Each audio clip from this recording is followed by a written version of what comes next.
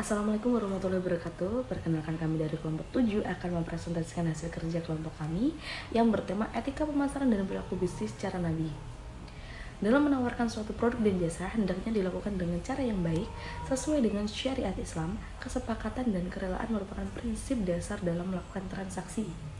Setiap transaksi harus mencerminkan keridhaan dan kerelaan masing-masing pihak dalam menentukan beberapa kesepakatan dalam bertransaksi.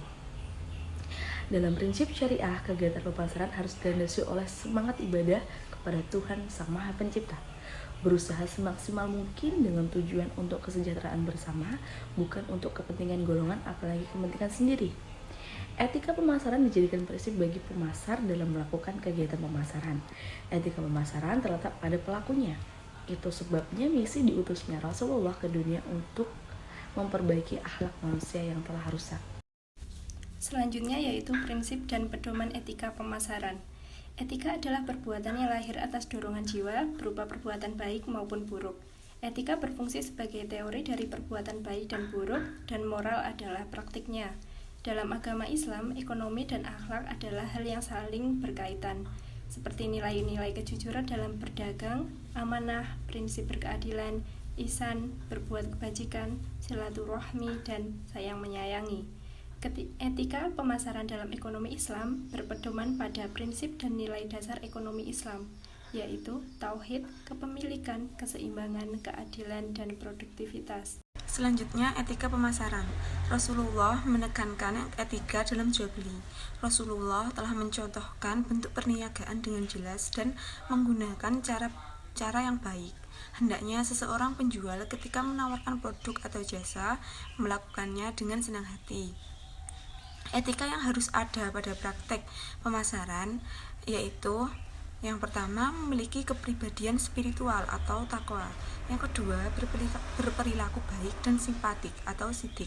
Yang ketiga, berperilaku adil dalam bisnis atau al-adl. Yang keempat, bersikap melayani dan rendah hati atau khidmah. Yang kelima, menepati janji dan tidak curang. Dan yang keenam, jujur dan terpercaya atau al-amanah. Yang ketujuh, tidak suka berburuk sangka atau suuzon. Yang kedelapan, tidak suka menjelek-jelekkan atau ghibah. Yang kesembilan, tidak melakukan sogok atau riswah. Yang sepuluh, memiliki akhlak yang terpuji atau husnul khuluq. Dan yang terakhir adalah toleran. Selanjutnya adalah perilaku bisnis dari cara Nabi. Yang pertama adalah jujur. Nabi Muhammad selalu mengatakan dengan jujur bagaimana kualitas dan kondisi dari produk yang dijualnya. Selanjutnya adalah fatanah, baik dari segi penampilan, pelayanan, persuasi, dan kepuasan dari pelanggan. Yang ketiga adalah profesionalitas. Nabi Muhammad selalu mempromosikan dagangan milik orang lain apabila dagangan yang dicari oleh pelanggan tersebut tidak tersedia di tempatnya. Yang keempat adalah silaturahmi.